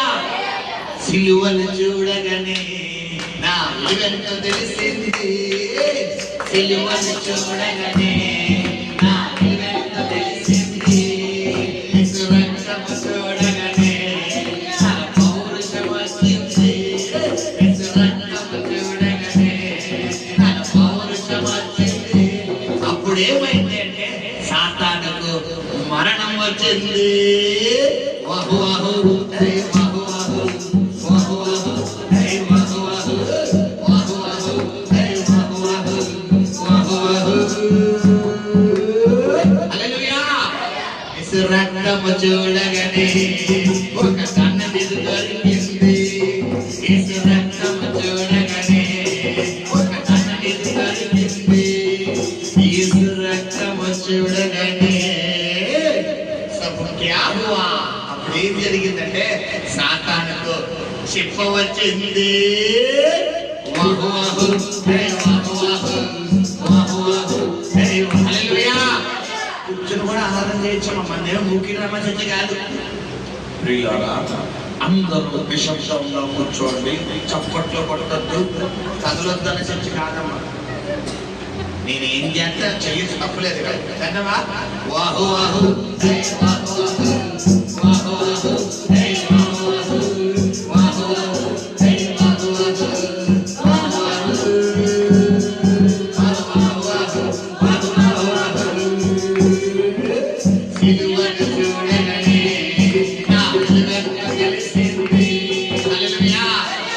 జెంట్స్ అయితే షర్ట్స్ అనండి, లేడీస్ అయితే వైట్ షర్ట్ అనండి, ఒకవేళ డ్రెస్ ఉంటే చున్నీ అనండి. ప్రాబ్లం లేదు. ఓకేనా? రెడీయా? సిలువను చూడగానే సిలువను చూడగానే. హల్లెలూయా. ఎందుకు సిలువను చూడని విలువ తెలియాలి తెలుసా? నీవు ఐశ్వర్యవంతుడుగా నిమిత్తము ఆయన దరిద్రుడు. నీవు పరలోకం చేరు నిమిత్తము ఆయన భూలోకానికి వచ్చాడు. నిన్ను పరలోకానికి చేర్చడం కోసం ఆయన దాదాపు పాతాళానికి వెళ్ళడానికి కూడా సిద్ధపడిపోయాడు. ఇందుకోసం నీ విలువేంటో తెలియాలి. మా నాన్నగారు అక్కడ కోటీశ్వరుడు అనుకోండి, నేను బికారోళ్ళలో ఉన్నానంటే ఎవరు తప్పు? మా నాన్నగారు తప్ప, నా తప్ప? రహస్యం నాకు ఏమవుతలేదు, తెలియడం లేదు. ఇప్పుడు నేను మా నాన్నగారు ఎవరు అని ఒకసారి వ్యాకెన్సీ వెళ్ళిపోయి ఆలోచిస్తే ఇప్పుడు నా హిస్టరీ ఏమైపోద్ది? బాక్స్ బద్దలైపోద్దా లేదా? అవునా కదా? మన డాడీ గారి పేరేంటి? హల్లెలూయా. అర్థమా? మా డాడీ డబ్బు, మా డాడీ డబ్బు, మా డాడీ డబ్బు నా దగ్గర ఉన్నప్పుడు చింత ఏమీ లేదు, కొరత ఎన్నడూ రానే రాదు, చింత ఏమీ లేదు, కొరత ఎన్నడూ రానే రాదు. మా డాడీ పేరు యేసు, మా ఫ్యామిలీకి ఆయనే బిగ్ బాస్. మా డాడీ పేరు యేసు, మా ఫ్యామిలీకి ఆయనే బిగ్ బాస్. మా జీవితమే ఫుల్ ఆఫ్ సాంగ్స్, ప్రతి ఆడదాం స్పిరిచువల్ డాన్స్. మా జీవితమే ఫుల్ ఆఫ్ సాంగ్స్, ప్రతి ఆడదాం స్పిరిచువల్ డాన్స్. మా డాడీ డబ్బు, మా డాడీ డబ్బు, మా డాడీ డబ్బు నా దగ్గర ఉన్నప్పుడు చింత ఏమీ లేదు, కొరత ఎన్నడూ రానే రాదు, చింత ఏమీ లేదు, కొరత ఎన్నడూ రానే రాదు. I am special, number 3 good special. Hallelujah. I am చెప్పండి, I am special, double triple special. ఎలాగా? రెండు, ఈ రెండంటే ఆ రెండు కాదమ్మా, ఇది కింద ఇది తెలుగుదేశం రెండు కాదు. ఈ స్పెషల్, డబల్ ట్రిపుల్ స్పెషల్. మా డాడీ చేతిలో నా పేరుంది, I am special, double triple special. మా డాడీ చేతిలో నా పేరుంది, ఆయన చేతిలో నా దేహం కలిసి ఉంది, ఆయన చూపులతో నా ప్రాణం పరిగెడుతుంది, ఆయన చేతిలో నా దేహం కలిసి ఉంది, ఆయన చూపులతో నా ప్రాణం పరిగెడుతుంది.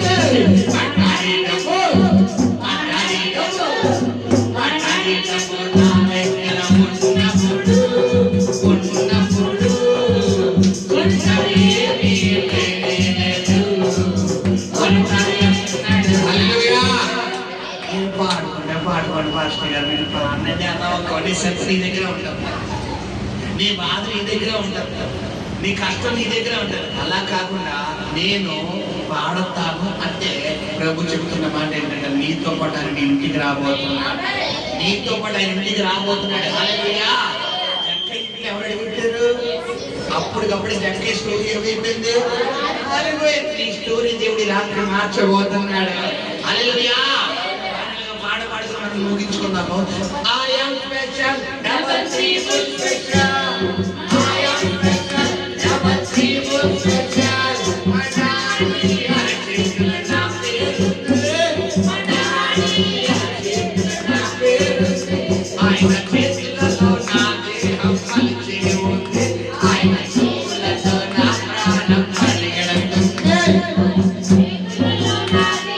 కలిసి ఉంది, ఆయన చూపులతో నా ప్రాణం పరిగెడుతుంది, ఆయన ఒక్క చూపు చూశాడు. ఎవరిని చెప్పాలి? మగ్దలేని మరియ. ఒక్క చూపు. అక్కడ ప్రజలందరూ ఆమెను నిందిస్తున్నారు. పిల్లరా, ఆ వ్యభిచారంతో పట్టబడిన ఆ స్త్రీని రాళ్లతో కొట్టి చంపేద్దాం ఉన్నప్పుడు ఒక్క చూపు ఎలా చూశాడు? సమరస్తే ఒక్క చూపు చూశాడు. పిల్లరా, పాపంలో ఉన్నటువంటి వ్యక్తులను ఆయన ఏం చేస్తున్నాడు? కఠినంగా చదువుతున్నాడా? లోకం పాపంలో వ్యక్తులు ఎలా చదువుతుందమ్మా? విశ్వజోగు చెప్తుంది. ఇది ఎవరి చూపు? మనం ఎందుకు ఆ తప్పు చేస్తున్నాం, ఎందుకు ఆ బలహీనతలో వెళ్ళిపోయాము, అసలు మన పరిస్థితి ఏంటి, ఎందుకు ఆ బంధకాల్లోకి వెళ్ళిపోయామని లోకవంతులుగా అర్థం చేసుకుంటుందా? కానీ మనకి పేరు పెట్టడంలో మాత్రం ఫస్ట్ ర్యాంక్లో ఉంటాం. మన సమస్యను కనుక్కోవడానికి ఎక్కడుంటాం మనం? లాస్ట్లో. ఇప్పుడు ఏసీఏ ఏ బ్యాచ్? నీ సమస్యను చూసే బ్యాచ్, నీకు పేరు పెట్టే బ్యాచా? చెప్పాలి. సమస్యను చూసే బ్యాచ్ అయిన. హల్లెలూయా. ప్రభు చెబుతున్న మాట, మీ శత్రువులకు వనకకండి. అప్పనేది ఒక శత్రువు, అనారోగ్యమైన శత్రువు, మానసిక ఒత్తిడిలో శత్రువు, కుటుంబ కలహానికి ఒక శత్రువు. ఇప్పుడు మార్పు లేని బిడ్డలు, మార్పు లేని భర్త, మార్పు లేని కుటుంబ పరిస్థితులు అన్ని కూడా ఒక శత్రువు. ఇప్పుడు ఈ శత్రువుకి రాత్రి ప్రభు చెప్తున్న మాట ఏంటంటే, భయపడద్దు. మొట్టమొదటి మాట. రెండో మాట ఏంటి? జడియం. మూడో మాట ఏంటి? వనక. నాలుగో మాట ఏంటి? మీరు కాదు యుద్ధం చేసి ఎవరు చేయబోతున్నారంట? మీ దేవుడిని యెహోవా యుద్ధం చేయబోతున్నాడు. హల్లెలూయా. 5 మాటలు ప్రభు నీకు పంపిస్తున్నాడు. కాబట్టి భయపడద్దు. నీకున్న సమస్యలు తెలుసు. మీకు ఒక మాట చెప్పి ముగించి ఆశపడుతున్నాను కూడా, కొన్ని శ్రమలు నీ జీవితంలోకి రావడం వల్లే నువ్వు ఎవరికి దగ్గర అవుతావు? నాకు శ్రమలు లేకుండా, కష్టాలు లేకుండా నేను దేవుడి దగ్గర అయిపోతున్న వాళ్ళు ఎవరు ఉన్నారమ్మా ఇక్కడ?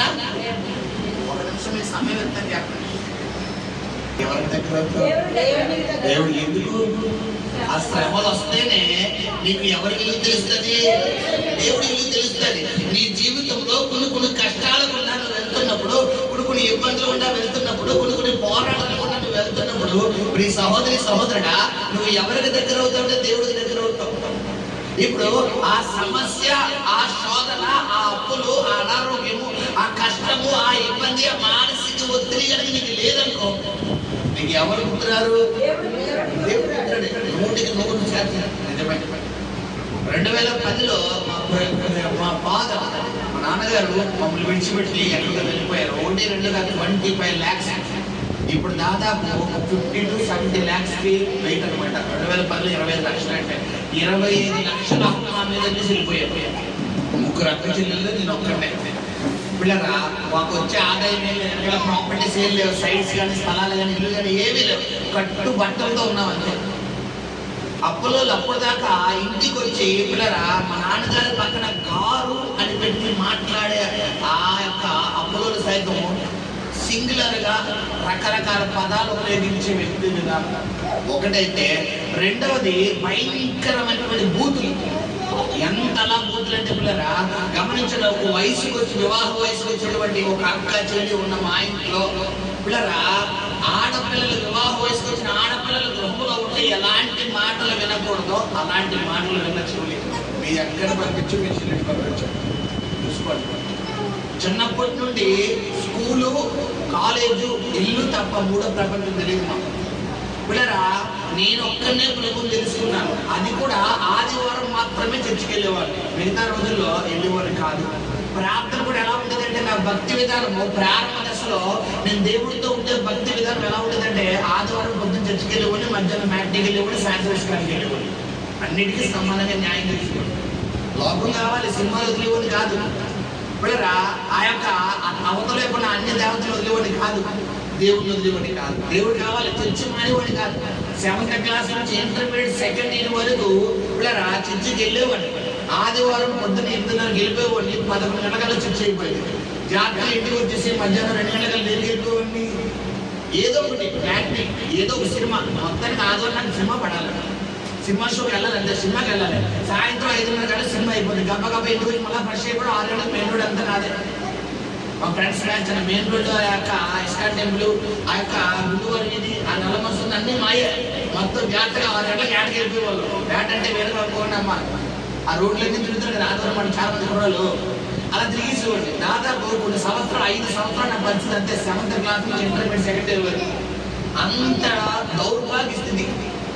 ఎప్పుడైతే ఇప్పుడరా మా ఇంట్లో ప్రధాన పాత్ర అయిన మా నాన్నగారిని వేసుకుంటున్న దేవుడు కొంచెం అలా తప్పించాడు అంతే. ఇప్పుడు ఫ్యామిలీ అంతే ఎవరికి పడిపోయింది, నామే పడిపోయింది. ఇప్పుడు నేను తిరుగుతానంటే ఎలా ఉంటుంది, మొత్తం బడిలంతా మీద పడిపోయింది. పిల్లరా ఆ పిల్లలు పెళ్లి చేయాలి, వాళ్ళ పొరుళ్ళు వేయాలి, వాళ్ళ సంసారం కట్టాలి, వాళ్ళ జీవితాలు కట్టాలి, అప్పుడు నా జీవితం కట్టుకోవాలి. దాదాపు ఇదంతా కట్టక 10 సంవత్సరాల సినిమా అనమాట. 10 సంవత్సరాలు చొక్కేది మామూలు కాదు.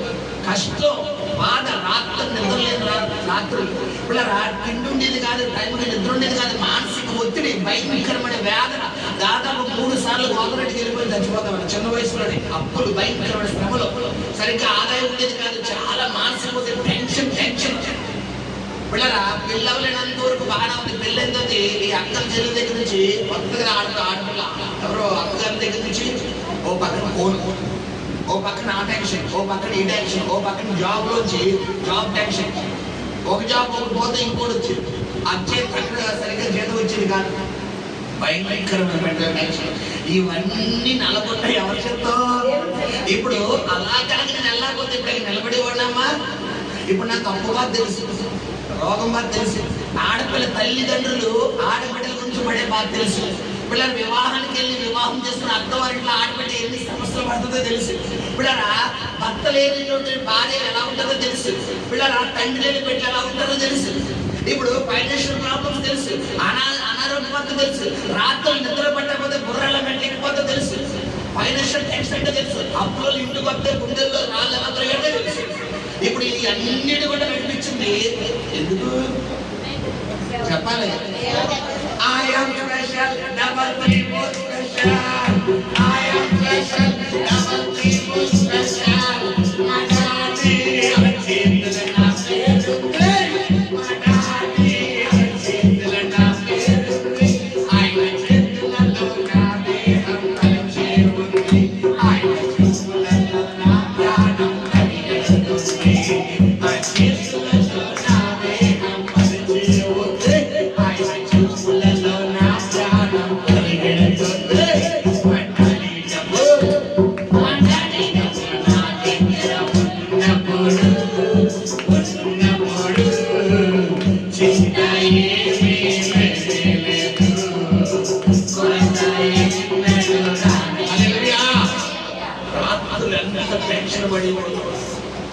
తెల్లారికి ఇంటి కట్టాలి, తెల్లారికి ఇంటి కట్టాలి. మెంటల్ ఎక్కిపోయేది, టెన్షన్. లేకపోతే సామాన్లు బయట చెప్తానండి. ఇంట్లో రైస్ ఉండేది కాదు, ఆడపిల్ల ఇంటికి వచ్చింది, ఆ బిడ్డకి ఏమైనా పెట్టి పంపించాలి. ఒక దాదాపు 25 years వరకు నరకం అంటే ఏంటి చూసారు. దాదాపు ఒక 40-50 సంవత్సరాలు ఉన్న పెద్దవాళ్ళు ఆడబిడ్డను అక్కడి పంపించిన పెద్దవాళ్ళు ఎలాంటి టెన్షన్ పడితే అలా పడ్డారు. ఇదంతా దేనికోసం? శోధించబడిన పిమ్మట సువర్ణంగా మార్చేసే దేవుడు. హల్లెలూయా. ఆల్రెడీ నన్ను గోల్డెన్ గా తయారు చేసి అందుకే మీ ముందు నిలబెట్టాడు. హల్లెలూయా. ఇప్పుడు నా పాటలన్నీ పూల పాటలే. హల్లెలూయా. నా జీవితంలో అద్భుతం చేసిన దేవుడు నీ జీవితంలో కూడా అద్భుతం చేయబోతున్నాడు, నీ కుటుంబంలో కూడా అద్భుతం చేయబోతున్నాడు. హల్లెలూయా. ఎంతగా శ్రమల కొలిమిలో కొట్టబడుతున్నావో, ఎంతగా మానసిక కొలిమిలో కొట్టబడుతున్నావో, ఎంతగా నిందుల కొలిమిలో కొట్టబడుతున్నావో, ఎంత లేదు నా జీవితం ఏంటి, నా బ్రతికేంటి, నాకు బతకాలం లేదంటున్నావో, అంతగా నా దేవుడు కనుక నువ్వు హృదయంలో స్థానం ఇస్తే నీళ్ళు దేవుడు తల్లగా ఉంచబోతున్నాడు. ఎక్కడ అవమానం అక్కడ గణతలు తెచ్చబోతున్నాడు.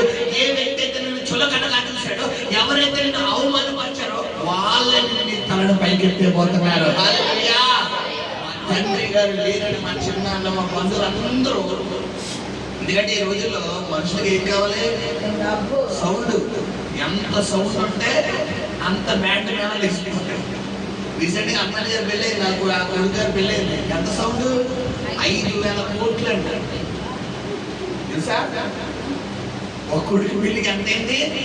5,000 కోట్లు. ఓన్లీ ప్రీ వెడ్డింగ్ అంటే ఎంగేజ్మెంట్ కే 1000 కోట్లు ఖర్చు పెట్టాడు. మిగతా 4,000 కోట్లు ఎప్పుడు ఖర్చు పెట్టాడు? మన పెళ్లిలో ఒక రోజు పెళ్లికి 5,000 కోట్లు. వచ్చిన గెస్ట్ గిఫ్ట్లు కంటే ఒక్కొక్కడికి 2 కోట్లు వాచ్ చేయాలి. వాచ్ 2 కోట్లు. వాళ్ళ అబ్బాయి గారు పెట్టుకున్న వాచ్ 70 కోట్లు. కోట్ల వేసుకునే కోట్లు కాదు, ఈ కోట్లు. ఇప్పుడు మనుషులకి ఈ సౌండ్ కావాలి, దేవుడికి ఏ సౌండ్ కావాలి సార్? ఈ సౌండ్ కావాలి. హల్లెలూయా. నువ్వు గనక దేవుడికి సౌండ్ ఇచ్చావే అనుకో, దేవుడు నిన్ను ఎత్తైన స్థలంలో నిలబెడతాడు. హల్లెలూయా. ఏ బంధువులైతే మా దగ్గర సౌండ్ అంటే డబ్బులు లేవని అవమానపరిచారో, అదే బంధువులు కూడా దేవుడు ప్రభు మా జీవితంలో చేసిన కార్యం ఏంటంటే, ఎవరైతే అన్నారో వాళ్ళే పిల్లరా ఇప్పుడు దేవుడు ఏమని అనిపిస్తాడు? వాళ్ళ పక్షంగా దేవుడు ఉన్నాడు అనిపిస్తున్నాడు. హల్లెలూయా. ఎక్కడ అవమానమో ఈ వీధిలో అవమానం పోతే పక్క వీధిలో గడపకపోతే ఒకటి ఎలా ఉంటుంది? మనకి గొప్పగా ఉంటుందా? ఏ మనుషులైతే నీ పేరు చెడ్డది అన్నారో, ఏ మనుషులైతే నువ్వు వేస్ట్ అన్నారో, ఏ మనిషి అయితే ఇటు బందేడు అన్నారో, ఏ మనిషి అయితే పిల్లరా నన్ను అనవసరంగా దేవుడిలో నమ్ముకున్నాడు, ఆ తక్కువ జాతి దేవుడు, ఆ ఇంగ్లీషుల దేవుడు, ఆ దేవుడు, ఏ దేవుడు అని చెప్పి అన్నారో, అదే వ్యక్తులు నిజంగా వీడు దేవుడే వీడిని నిలబెట్టాడు రా అన్నాడు. హల్లెలూయా.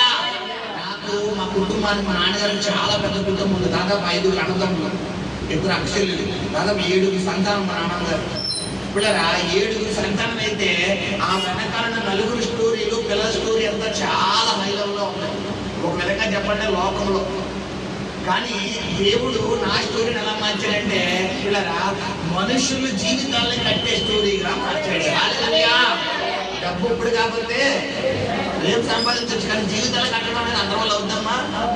చావు బతుకులు. రాత్రి కాలంలో ఒక మెసేజ్ వచ్చింది, ఒక సహోదరి చచ్చిపోతాం అనుకున్నాను అయ్య గారు, ఎందుకో కానీ మీకు ఫోన్ చేసి మీకు చెప్పి చచ్చిపోతామని వచ్చింది. నాకు వచ్చే మెసేజ్లన్నీ ఇయ్యే. ఒకడేమో మీకు చెప్పారు గతంలో ఉరేసుకోబోయే ఫోన్ చేసి ఉరేసుకుందాం అనుకుంటున్నాను. ఒకడేమో బస్సు ఎదురుకుంటే వెళ్ళిపోదాం అనుకుంటున్నాను అయ్య గారు, చచ్చిపోదాం అనుకుంటున్నాను, నాకు ఏదన్నా ఐడియా అవ్వలేదు. ఏమంటున్నాను నేను? పైగా లాస్ట్ గా ఎవరు చేశాడు అయ్య గారు? నాగే. ఇప్పుడు ఎంక్వైరీ పెడితే ఎవరికి వచ్చేది? నాకు అలా చెప్పలేదండి అంటే లాస్ట్ గా నీకు ఎందుకు చేసాడు అని. ఇప్పుడు ఎవరిని చేసేస్తారు లోపల? ఇప్పుడు ఎలా చూడండి. ఆ తల్లి గారికి రాత్రి ఇచ్చిన మెసేజ్ ఏంటంటే, అమ్మా చచ్చిపోకలేదు తల్లి, ఆల్రెడీ చాలా చచ్చిపోయారు, బాగా చచ్చిపోకలేదు, నీకు ఫోన్ చేస్తానని చెప్పి మాట్లాడి పెట్టిన బలపరిచి ఇచ్చేసారు. మొన్న రాత్రి కూడా అంతే.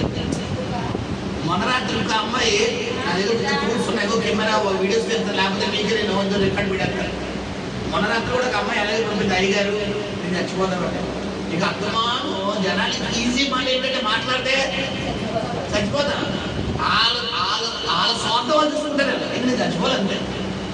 ఒక పట్ట కొట్టినా చచ్చిపోవాలి, బిడ్డల మాట పోయినా చచ్చిపోవాలి, అప్పులు ఇచ్చినా చచ్చిపోవాలి, మానసిక ఒత్తిడి చచ్చిపోవాలి, కష్టపడితే చచ్చిపోవాలి, రోగవద్ద చచ్చిపోవాలి. ఈ చావులు నీతిగా దొరికేది అనుకుంటారు, ఆత్మ నరకం వెళ్ళిపోతున్నారు. గమనించు, నీ సమస్య కూడా నువ్వు వెళ్తున్నప్పుడే నీవు దేవుడికి దగ్గర అవుతావు. హల్లెలూయా. ఇశ్రాయేలుతో చెప్తున్నాడు, మీకు మాటలు ముగిస్తున్నా, శ్రద్ధగా ఆలకించండి. అక్కడ శత్రువులను చూసి భయపడకండి అని చెప్తున్న దేవుడు, జనకండి అని చెప్తున్న దేవుడు, వనకండి అని చెప్తున్న దేవుడు, బెదరకండి అని చెబుతున్న దేవుడు అసలు శత్రువులు లేకుండా చేయొచ్చు కదా, అవునా కదా? ఈ 4 చెప్పడం, ప్రభు అసలు శత్రువులు ఎందుకు తీసుకొచ్చావయ్యా, అసలు ఇదంతా నువ్వు మాకు తోడుగా ఉన్నాను అంటున్నావు కదా, అసలు శత్రువులే మాకు లేకుండా చేసేచ్చు కదా అంటే, శత్రువు లేకపోతే ఎవరు గెలుగు మనకి? మీకు అర్థమై భాషలో చెప్పాలంటే సినిమాలో ఎవరుంటారు హీరోకి గెలుగు, అవునా కదా? హీరో హైలైట్ అవ్వాలా, విల్ల హైలైట్ అవ్వాలా?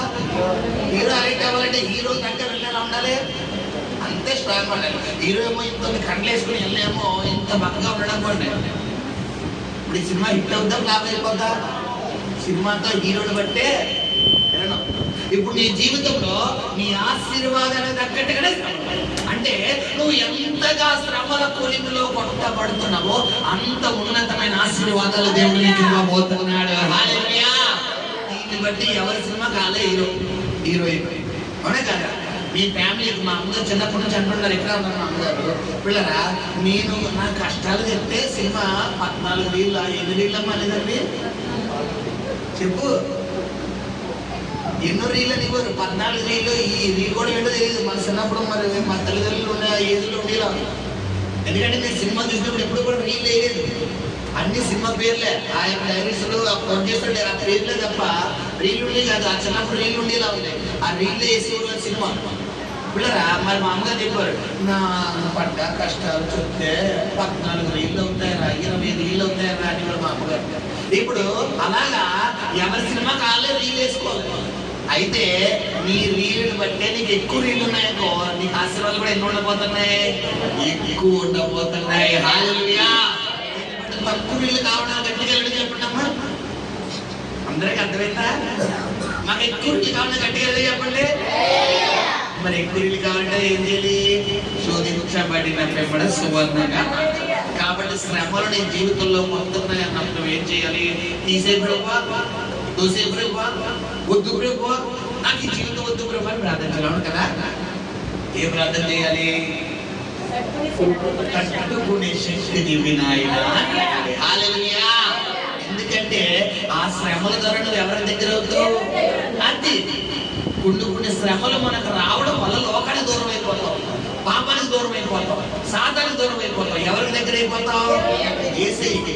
నేను ఎప్పుడైతే శ్రమల గుండా వెళ్ళానో సినిమాకు దూరం అయిపోయాను, లోక స్నేహాలకు దూరం అయిపోయాను. ఇప్పుడు నా బంధువులు దూరం అయిపోయాను. నాకు బంధువులు అంటే పిచ్చి, బంధువులు ఇంటికి వెళ్ళాలంటే పరమంచి మామూలు పిచ్చి కాదు, చాలా పిచ్చి. ఇప్పుడు నా స్నేహితులంటే ఇంకా పిచ్చి. స్నేహితులు అంతా తిరిగి ఒక బర్త్డే రాత్రి 12 గంటలకు వెళ్ళి ప్రతి నెల ఎవరో ఒకటి బర్త్డే, ప్రతి 2-3 రోజులు ఒక ఎవరో ఒకటి బర్త్డే. ఆ బర్త్డే కేక్ కటింగ్ గోధుమగడ్డలో, ఆ గోధుమగడ్డ దగ్గర మెయిన్ రోడ్లో కంపల్సరీ పార్కులో అట్లా మేము కేక్ కట్టి వెళ్ళిపోవడం, కేక్ కట్ చేసాడు అట్నుంచి అలాగా. ఎక్కడైతే గోధుమ వచ్చి బిర్యానీ సెంటర్ ఉంటుంది, బృందాలు అయితే తెలియదు, ఏదో రెడ్డి బిర్యానీ ఏదో అంటారు, ఆ బిర్యానీ సెంటర్కి వెళ్ళిపోవడం, బిర్యానీ తినడం. ఇది అలాగా ఫ్రెండ్స్ పిచ్చి.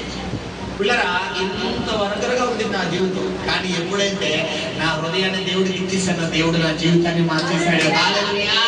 ఈ రోజు అనేక యవ్వనస్తులకి సాదృశ్యంగా దేవుడు నన్ను నిలబెట్టాడు. హల్లెలూయా. నా జీవితంలో అద్భుతం చేసిన దేవుడు మీ జీవితంలో కూడా అద్భుతం చేయబోతున్నాడు. కాబట్టి నీ అప్పులు చూసి భయపడకూడదు, నీ అనారోగ్యాన్ని చూసి భయపడకూడదు, నీ కష్టాన్ని చూసి భయపడకూడదు. కొన్ని శ్రమల గుండా నువ్వు వెళ్తేనే దేవుడికి దగ్గర అవుతావు. పరిశుద్ధుడానికి స్తోత్రం నాయన. ఈ అద్భుతమైన వాక్యం మీరు మాతో మాట్లాడి ఉన్నారు తండ్రి.